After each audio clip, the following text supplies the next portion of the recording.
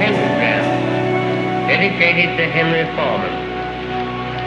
In the years of the primal force and the dawn of terrestrial birth, man mastered the mammoth and horde.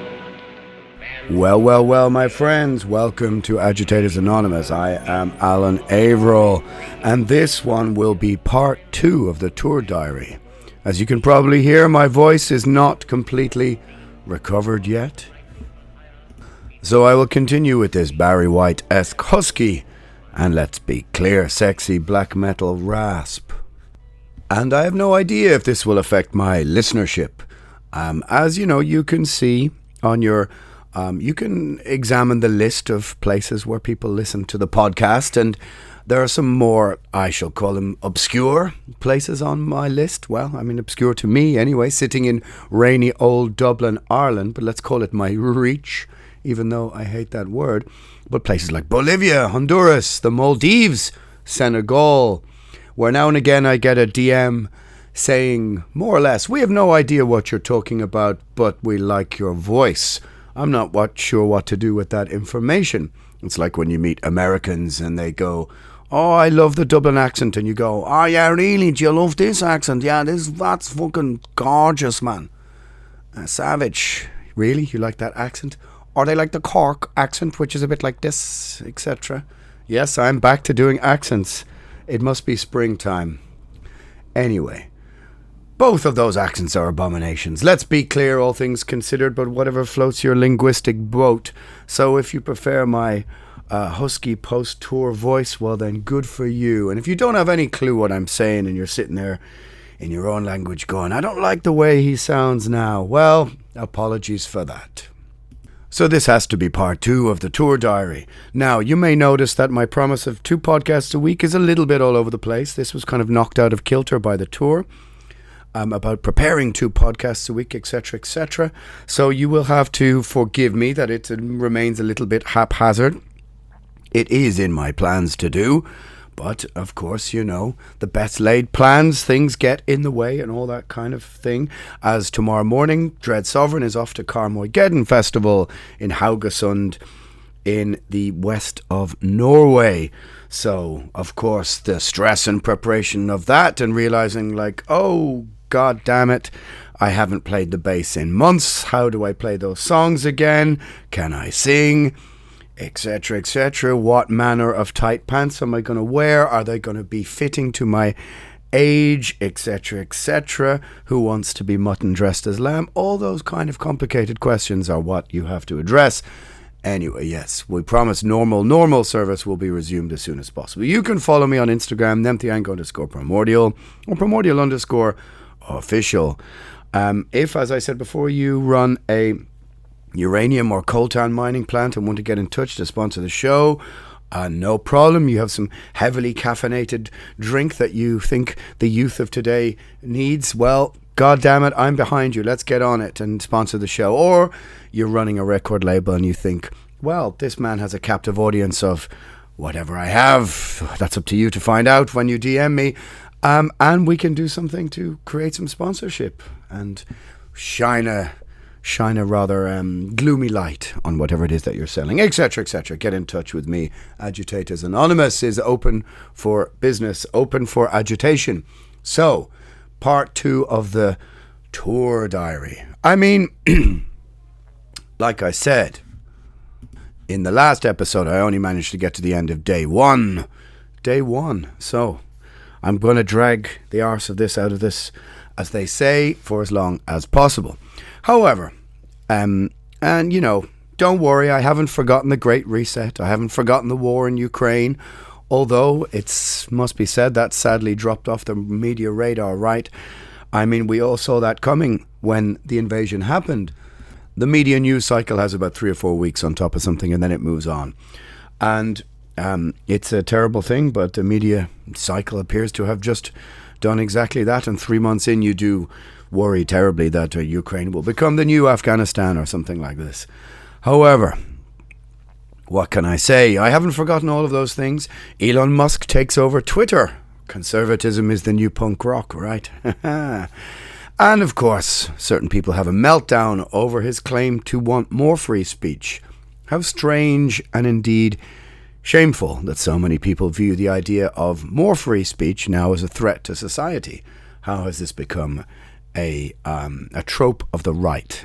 How is it that people on what I believe to be no real division anymore, because I think those old concerns of old left and old right don't really make sense in the modern internet landscape and the modern terrain anymore.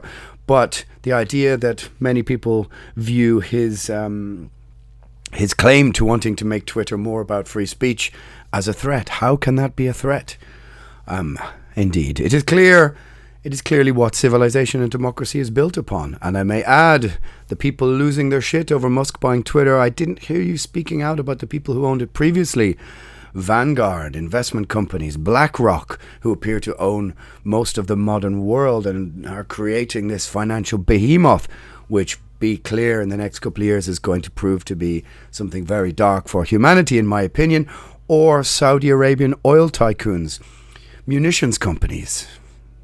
I imagine, I just threw that in arbitrarily, but many morally dubious multinationals. Was anyone complaining about that previously? No, they weren't. But a billionaire buying shares in Twitter has everyone going crazy. And weren't they the same people who told all the people on the other side to go and build their own platform when it was on their side? It, of course, proves that morals in this circumstance mean absolutely nothing. It's clear that these moral stances are only ones people are willing to stand behind when it benefits their side. Now, I don't wish to be claimed for any side in this debate, but, you know, when someone comes along and says, hey, I'm going to clean up this platform and make it more about free speech, how can that be a bad thing? I'm going to get rid of the bots. That's going to be a good thing, right? I mean, look, when someone can be banned off Twitter for saying a man is not a woman, but ISIS still have active accounts on Twitter, let's be clear, something is not correct there. Anyway, conservatism is the new punk rock, my friends. It has been for a long time. Boom. You can have that as the title for your next compilation album. When you're collecting money to help those poor multinationals who've been bought out by a billionaire. Is there anything strange about that right now? I mean, aren't we entering a form of new feudalism where billionaires are more powerful than states? BlackRock's GDP, let's call it that, is greater or almost the equivalent of the entire United States. Who are BlackRock, you hear? Isn't BlackRock a kind of cool name for, you know, a sort of a subdivision of heavy metal? It kind of is. BlackRock, right? Yeah. Reminds me of Sentence to Mock or something like this. Anyway, my point is, you're offended? That's okay. Take a moment to consider what free speech means as your options are running out. Anyway, yeah, this one was about music, right? Also, why is my algorithm filled with Johnny Depp's whatever it is? Really? Anyway. It just astounds me that how many people seem to object to the idea that more free speech is a bad thing. How can that be true? It is a long and shameful path towards authoritarianism, and many people seem to want that path paved and ready to use as soon as possible. And believe me, it's coming. So, that out of the way, I mean, really, this show is sponsored by www.metalblade.com. If you're in North America, use the promo code ALAN for 10% off your order. So where are we? Where are we with the tour diary? Well, now, let's be clear. One thing that no one really understands or seems to understand is Brexit. Let's get Brexit done. Let's get breakfast done, etc., etc. It's day 2, day 3, maybe. You know, we're headed towards the UK. And there is passport control from the UK, or say into the UK from France, or is there not?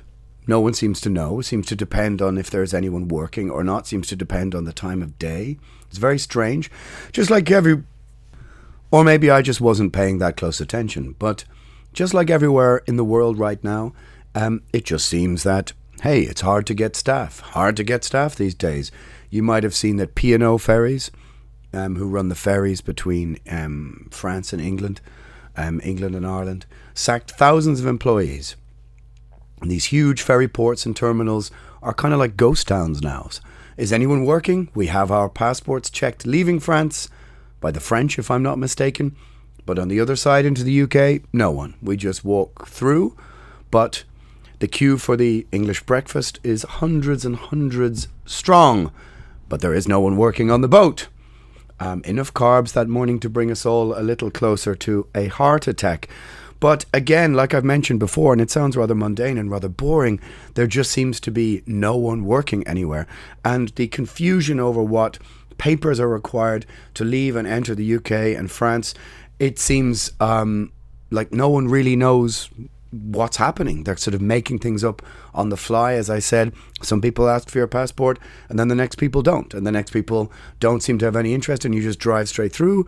And then the next little space you get to in the ferry terminal, they take you off the bus. They want you to bring bits of paper into a building, and it all seems a bit Eastern European. So when you enter the UK, and theoretically, you need a list of all the equipment that you have, all the amps, all the guitars. It's called a carnet. A carnet, aka carnet. ATA, I'm sorry. A list of everything for the authorities, which now costs over €1,000 to make, which cost little or nothing 3 or 4 years ago.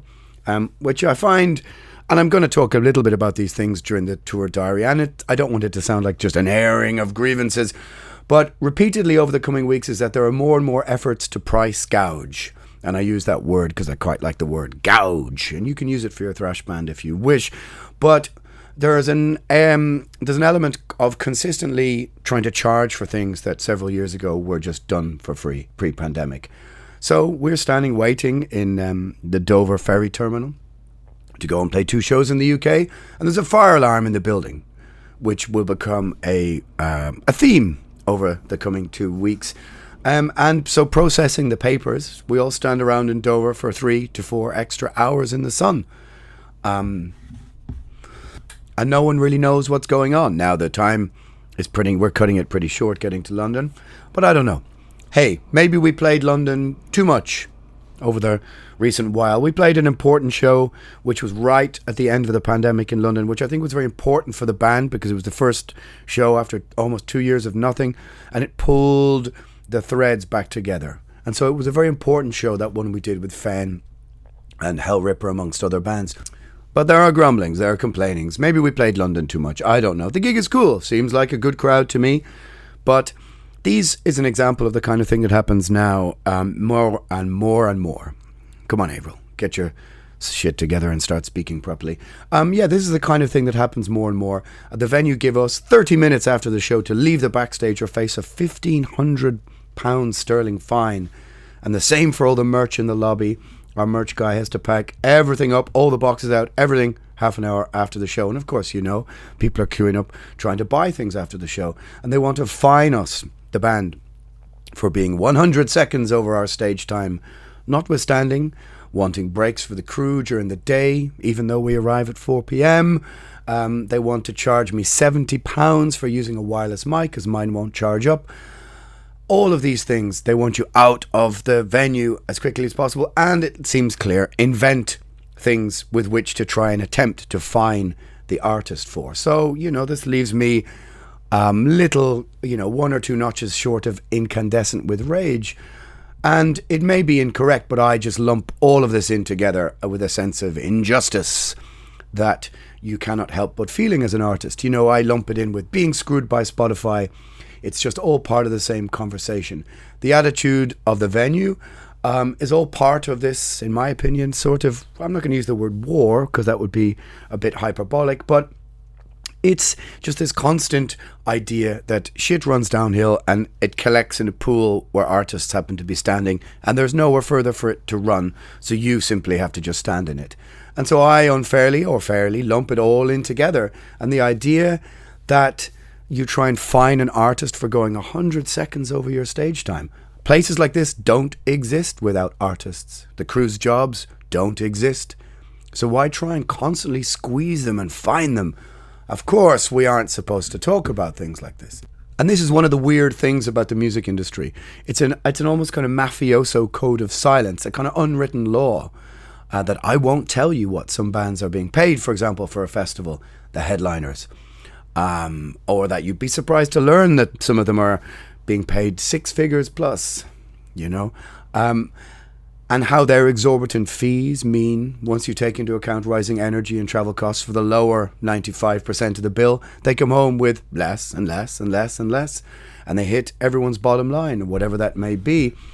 It's very strange. I suppose it's some sort of hangover from the 1950s and the 1960s, when the early record labels saw how much money could be made from moving into, I suppose, Chess Records or Motown or those early soul and blues deals, which saw musicians playing on albums that sold millions, and they earned literally nothing, who you will probably find playing for $100 in some Chicago blues club. Well, that's how my romantic imagination still puts these things together. But there's this strange code of silence that you are expected to, as an artist, to not talk about any of the things that happen. You're not supposed to say, hey, someone tried to fine us £1,500 sterling for going 2 minutes over our set. Very strange. Very strange, because these are, of course, in any other walk of life and any other industry, the idea that workers should not say, well, let's say if artists are workers, you know, or I may make the analogy, the working class in this situation for the most part, highlighting, employee practices, or highlighting how you tend to get ripped off, or some of the let's call them what they are, unfair work practices that seems to be frowned upon with the industry. And I find that quite strange. Now, of course, I do think there is a greater, broader perspective here, which as we look back over things, at the time we saw Lars Ulrich with Napster getting painted as, Napster, where's the cash that I've been after? But you know what?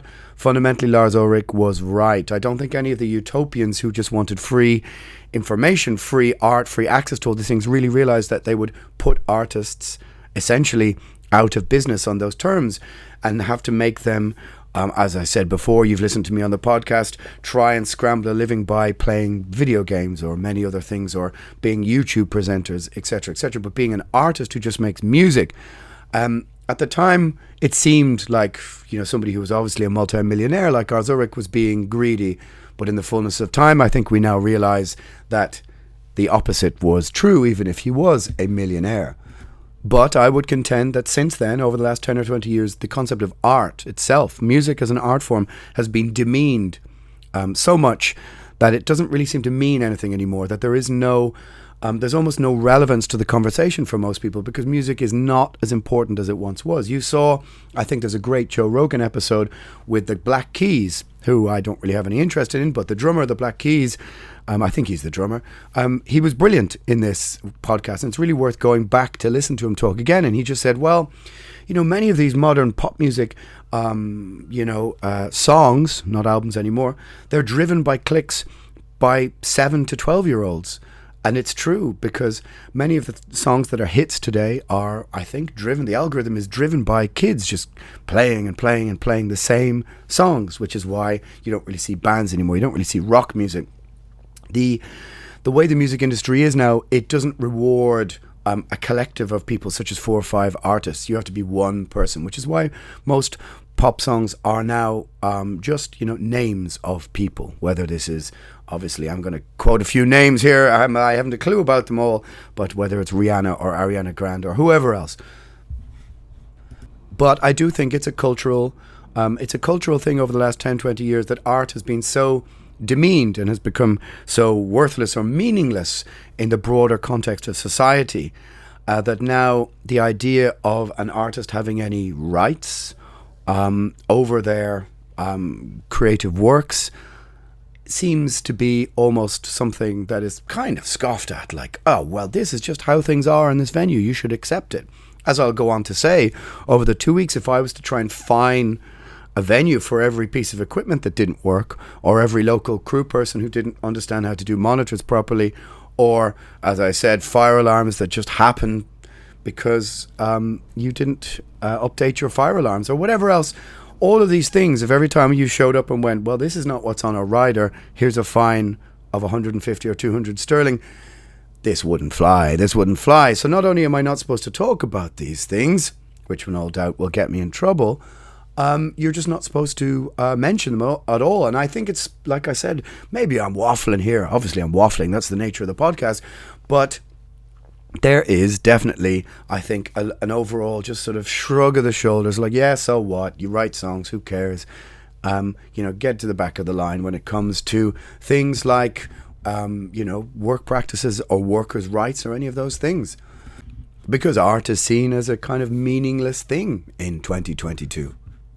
So there exists this kind of weird code of silence, kind of like the magician revealing the magic trick exists, where artists are not supposed to discuss all the percentages taken from them, whether it's a venue wanting 10, 15, 20, 25 or 30% of a band's merch, or most festivals who want the same thing, which, as I stated before in part one, and to this part of the diary, our merch is still missing.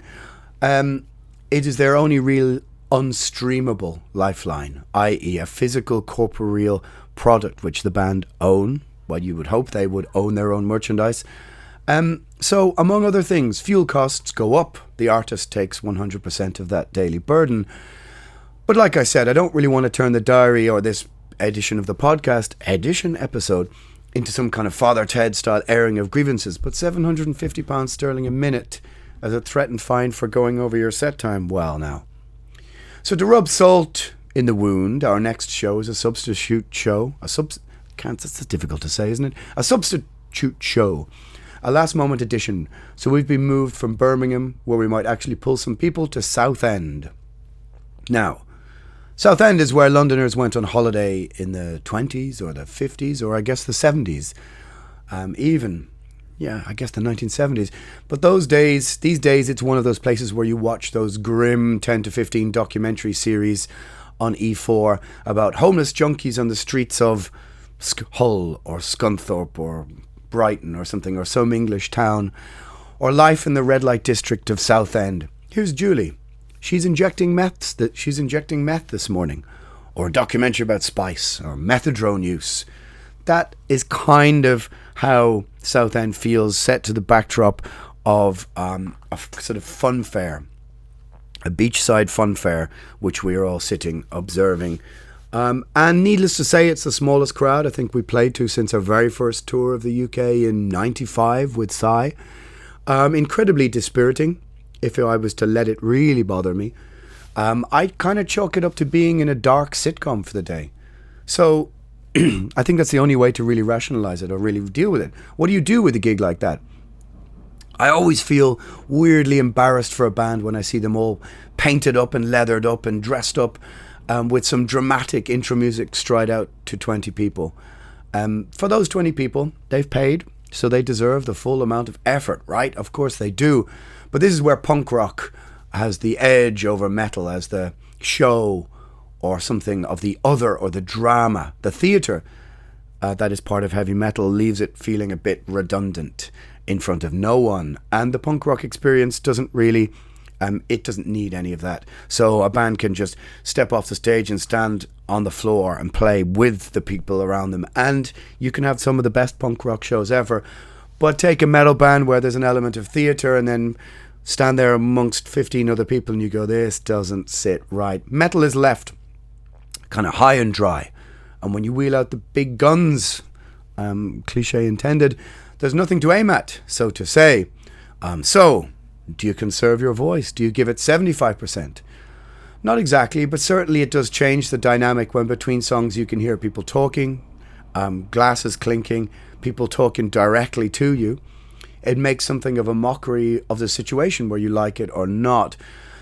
So often, and much to my own annoyance at these situations, rather than just get on with it, another part of my personality, the personality that is doing this podcast, for better or for worse, hijacks the situation, and I tend to make acerbic comments or talk too much between songs, which I do in Holland a few days later when I'm a bit ill, a little bit sick, but I'll get to that. The crowd is fine, but the energy levels are kind of low in the room. So rather than stay quiet, I end up talking too much. And it's not how I want to play things, but there's a strange rush to fill the silence when you play in a room with not very many people in it.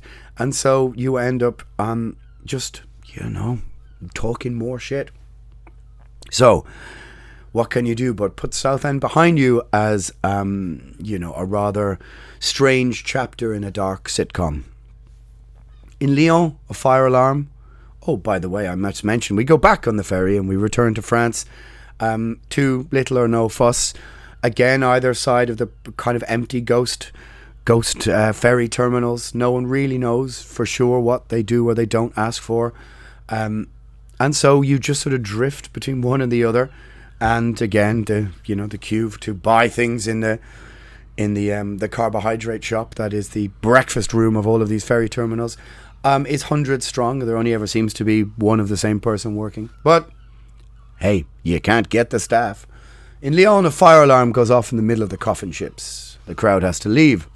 We stand outside in the cold, steam coming off us, and then we have to come back in. Who knows? A faulty alarm system? No one seems to know. Like I said, shouldn't a band be able to find the venues they book for faulty equipment or things that don't work? Of course, that's a ridiculous sentence. But then so is, of course, finding musicians for, well, many things. So what then do you do? It can be really hard to try and regain the energy of a show once you have to stop and the lights go up, but you have to do it. Do you start where you left off? Do you pick up in the middle of the song? Do you start the coffin ships again? We don't. We just go to the next song. So in Lyon, I do apologise if you only got to hear half of the coffin ships, but that was kind of just the hand we were dealt.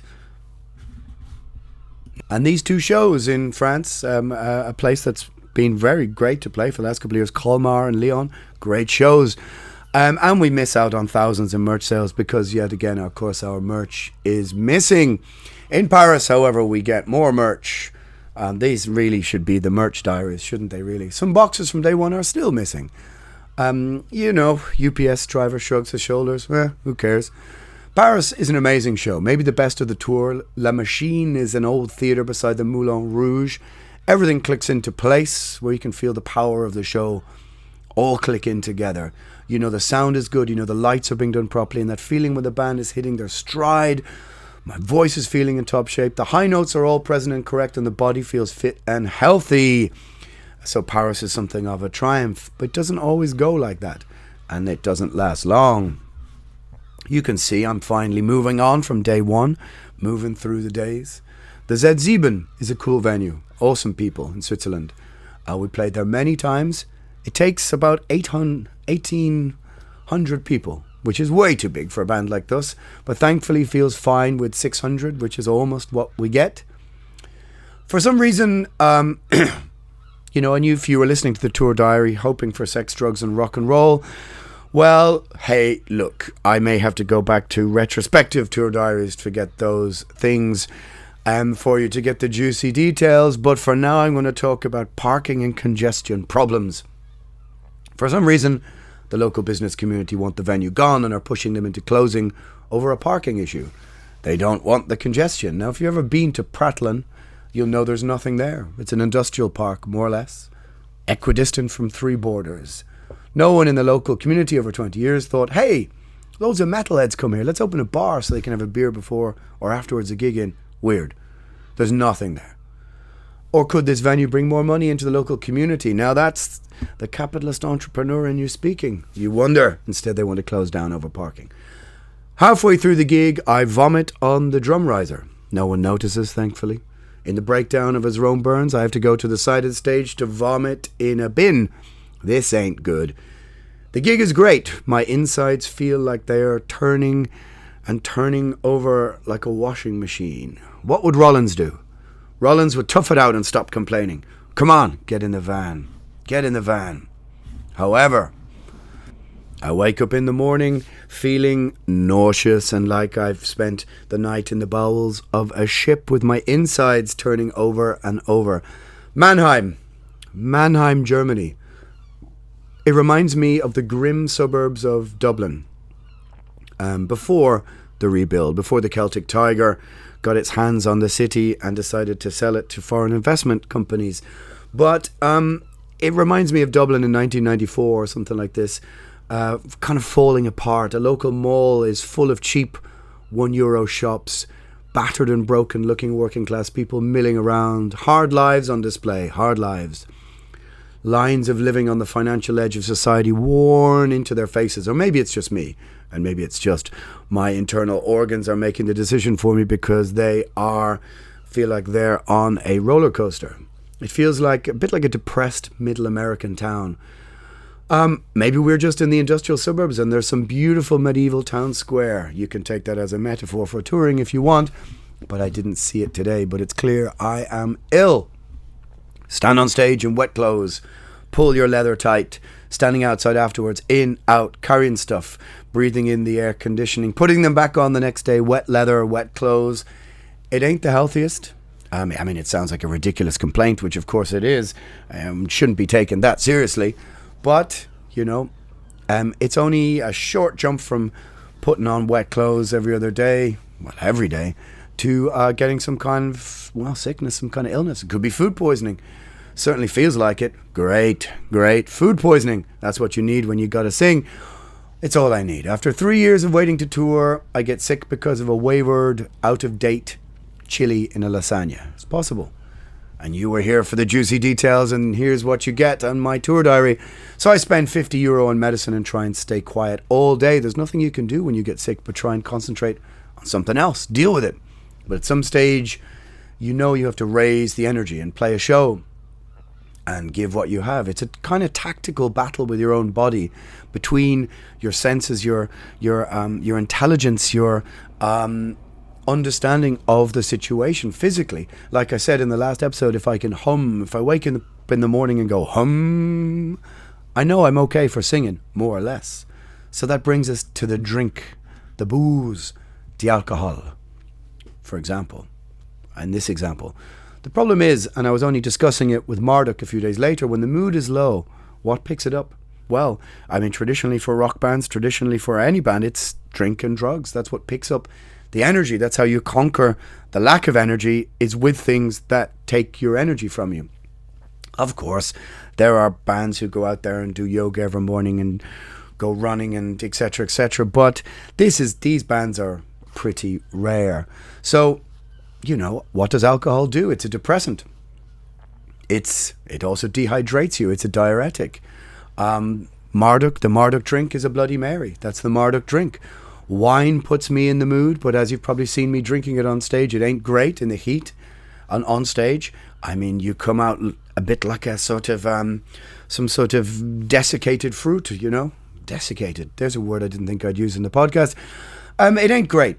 Of course, water would be better, but the balancing act is you need to take the edge off the worry, the anxiety, if you're that kind of person, the worry about being sick in the voice. So you self-medicate, along with all the natural medicine that you take, or rather the medicine that you've bought. You end up tipping your natural equilibrium over the edge, which for me, normally in a week is playing sports, training, running. Now, this is not to say a 100-minute gig is not a workout of some description in its own right, but the vocal cords are a muscle, and just like putting your elbow out lifting weights, you can do the same with your voice. But you also have to keep something back, as tomorrow is another day.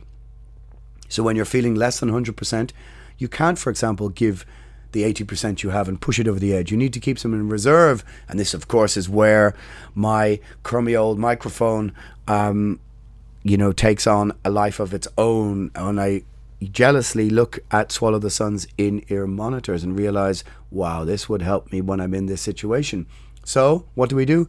We change the set around a bit and don't open with Where Greater Men Have Fallen and No Grave Is Deep Enough, which are the two hardest and highest songs to sing, especially No Grave Is Deep Enough, which is basically I Want to Be Somebody by Wasp, if you sort of place the structure and tempo maps and also the vocal height over each other. It's the hardest song to sing. So we start with something in a lower register, like God's the Godless, and I try and ease into the set. But it really is your biggest nightmare to lose, as a singer, to lose your voice completely. It has happened and it happens. And there is nothing you can do about it sometimes. Now, people keep referring to my legendary Bloodstock moment where I completely lost my voice. But that was more because of the chemicals in the smoke machine. Literally just cut my voice off completely. It went from oh to nothing in 2 seconds. Now, that is a very strange occurrence. But normally it deteriorates and deteriorates, and you can talk like this or sing like this or whatever. Or if you're Daniel from Marduk, you just don't worry about it, and you sing like a beast every single night, and you just talk like this for the whole tour, and you don't worry about anything. But however, some of us are warriors. Warriors. You make up your decision which word. But however, it really is your biggest nightmare, and there's because you're making a noise with your body after all. But seeing as I just saw an ad for another damn Marvel movie on the way home, Doctor Strange, it's not really much of a name for a character, is it? Doctor Strange. Anyway, they didn't really put much effort into that. You lose your superpower. And what are superheroes without their superpower? Well, they certainly ain't super anymore. Isn't that what a great modern cultural reference that is? So, what can you do? There's a balance to be struck, an equilibrium to be struck between pushing it as far as you can with what you've got that day, with your energy levels, not drinking too much, not staying up too late. I mean, touring is a strange sort of balance where you try and find the pitch of your equilibrium. Try and find the balance of being able to try and keep the mood up but not push it too far and destroy the mood, which of course when you were 25 or 26 or 27 your body just bounced back that next morning. But when you're a bit older, it doesn't happen quite so easily. So I hear you wondering about what are the turnouts like. Well, the turnouts are very positive so far, quite a lot of people. One thing is becoming clear, though, as we talk to the local promoters. Solid brands and bigger festivals are doing okay, more or less, but for many shows, no one is buying tickets. Because our tour was announced in 2019, we had 3 years almost of it being out there in the ether, people discussing it. First it was Moonsour, then it was Naglfar, and then Swallow the Sun. Okay, so there was a bit of turmoil with the lineup, but it was out there in the public sphere for 3 years. And of course, there were people who bought tickets in the first 6 months, and it's clear that 10 to 15% of these people in some cities just don't show up. But all the talk of is house shows that in 2019 would have brought 250 people are now bringing 100 people. Everywhere we go, we hear more or less the same story from all of the local promoters, and it's clear. And maybe this is something that will interest a lot more people than me giving out about fines or merch or whatever else. But people's habits have changed. People message me every day around the tour, see you later, and then they don't show up. Because if you don't have a ticket, then it means you don't commit. And flaking, as we say in Ireland, you flake on something. And what does that mean? It's a huge thing. It basically means you decide at the last minute not to go. You don't want to go outside. You look outside the window and go, it's pouring rain. It looks cold. I'm feeling a bit meh. So you just pour a glass of wine and you sit at home and you decide to watch a box set instead. You choose the non-social option. And it seems that many, many people are doing that. And so quite a lot of people don't show up who have tickets. An awful lot of people who say they are going to show up just don't show up anymore.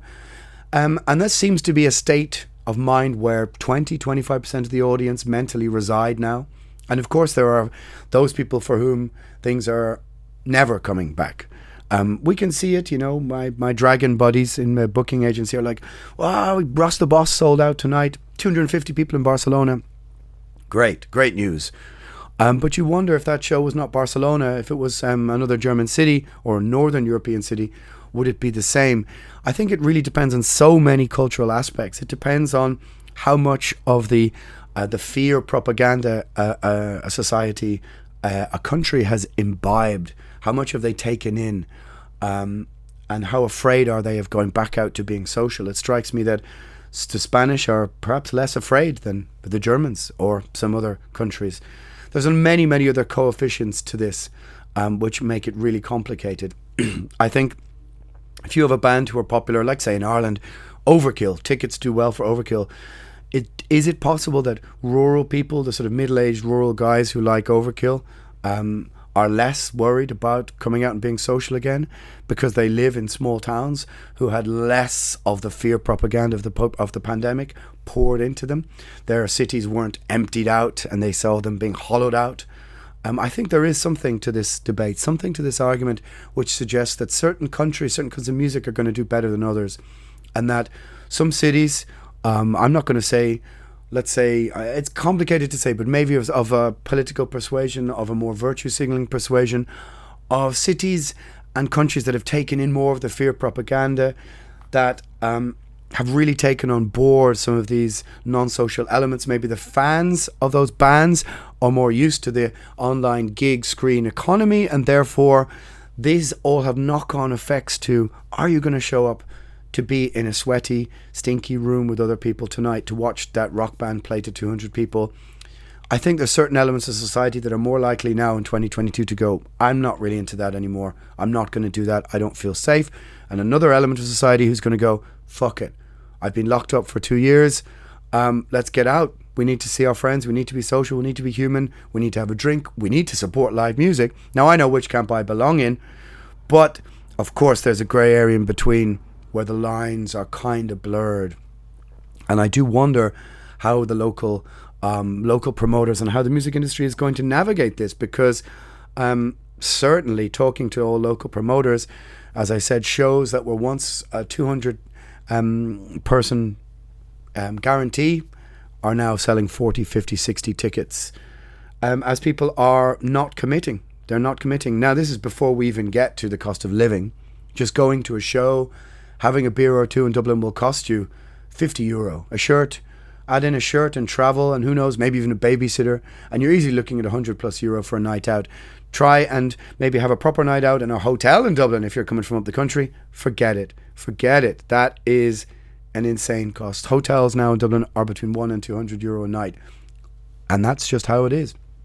So people are making their choices. They're deciding on one show over another, and because every band is trying to get out there and play and tour and trying to make things happen and trying to sell that merch, as I talked about many times in the podcast, there is just, we're reaching some sort of strange critical mass. And I kind of understand all points of the argument. I do understand that there are people who are still scared of going out there, but I also understand local promoters cannot gauge anything anymore because of low ticket sales. And if that's true, then they can't book bands, they can't pay for flights, they can't bring things in. So I think the next 6, 9, 12 months are going to be a very strange time for the music industry and live music, as many of the many of the decisions of the last 2.5 years began to be felt and move across society over the coming 6-12 months. Just because restrictions were lifted, this doesn't mean all the problems have gone. There are going to be other new problems anyway. So where does that leave us? That leaves us at the end of, let's call it part 2 of the tour diary. I felt a little tiny bit drowsy there at the start of the podcast. Apologies for that. I clicked into life somewhere halfway through, certainly not from the vitamin D outside, from a lashing, rainy, grey, miserable Dublin. However, my friends, Tour Diary Part 2, Agitators Anonymous, episode blah-de-blah-de-blah. I'm Alan Averill, and this was your transmission from Planet Satan. Over and out. Normal service Tuesday and Friday will be resumed as soon as possible. I thank you all.